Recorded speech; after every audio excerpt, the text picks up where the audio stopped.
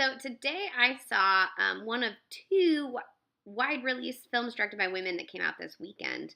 Um, there hasn't been a weekend with two wide release films directed by women um, since 2015, I think. So it has been a while.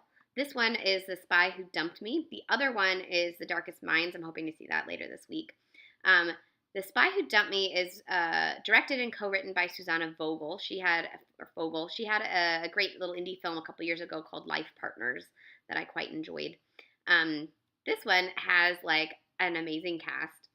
The leads are Mila Kunis and Kate McKinnon. They have great friend chemistry. Like I truly believed they probably met in college and were the only two that sort of stuck it out through adulthood.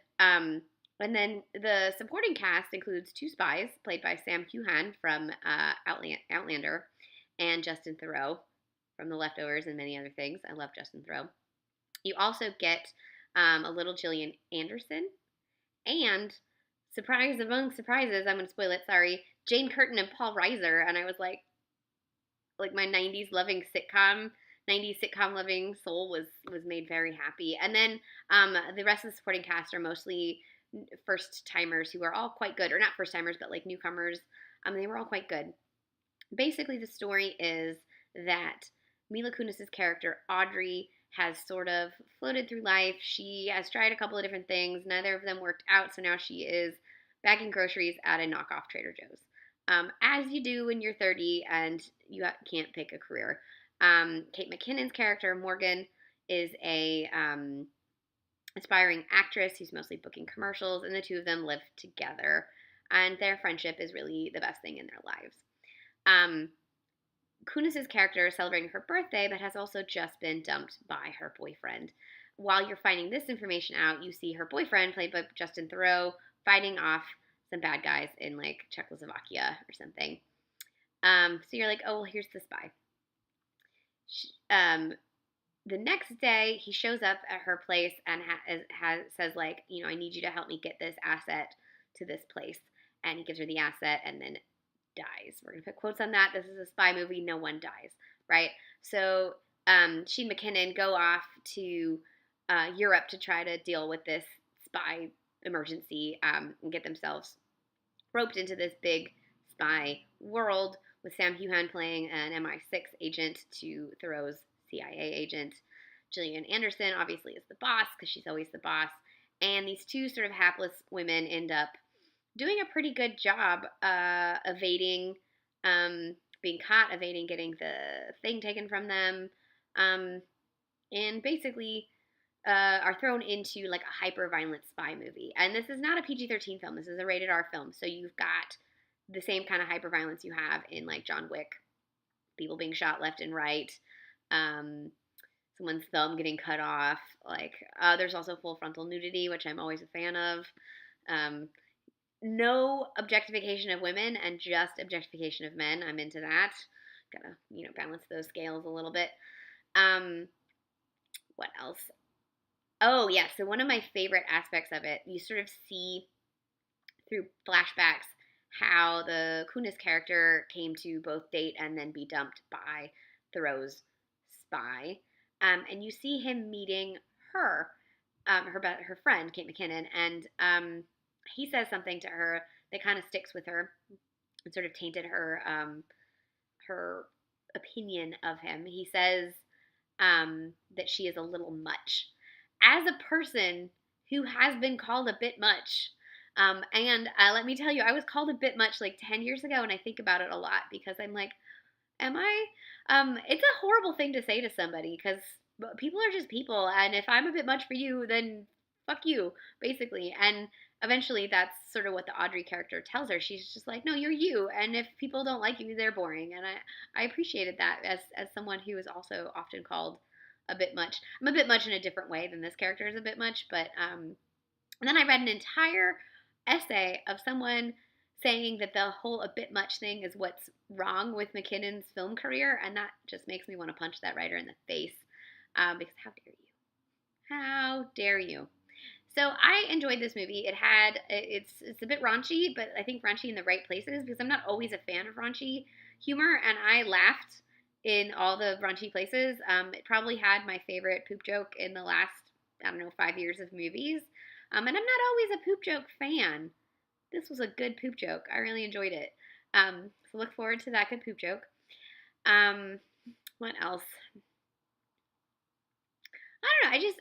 I thought the action sequences were well set. The way they were well done.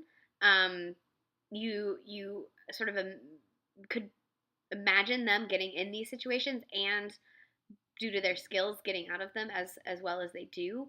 Um, so overall, I was a fan, and I think that if you are a fan of action films and action comedies, or a fan of either of these actresses, that you should definitely go see this movie, regardless of what the reviews are saying, because it's a great vehicle for all of them. And I felt that it managed to balance the tones well. I never was bored. I never found a joke unfunny. And I enjoyed the action, and I don't always love action, so I enjoy a good sort of James Bond esque action sequence that's beautifully shot European city with a car flinging through it, and like a gun battle inside a fancy cafe. Like I enjoy that, and I thought it was well done. Um, I liked the costumes. I thought the costuming on both of them, from when they were themselves to the very end, showed an interesting sort of growth for their characters. I particularly liked the sequence towards the end with Cirque du Soleil. I'm not going to tell you what that's about, but it was a great sort of sequence for McKinnon's character. What else?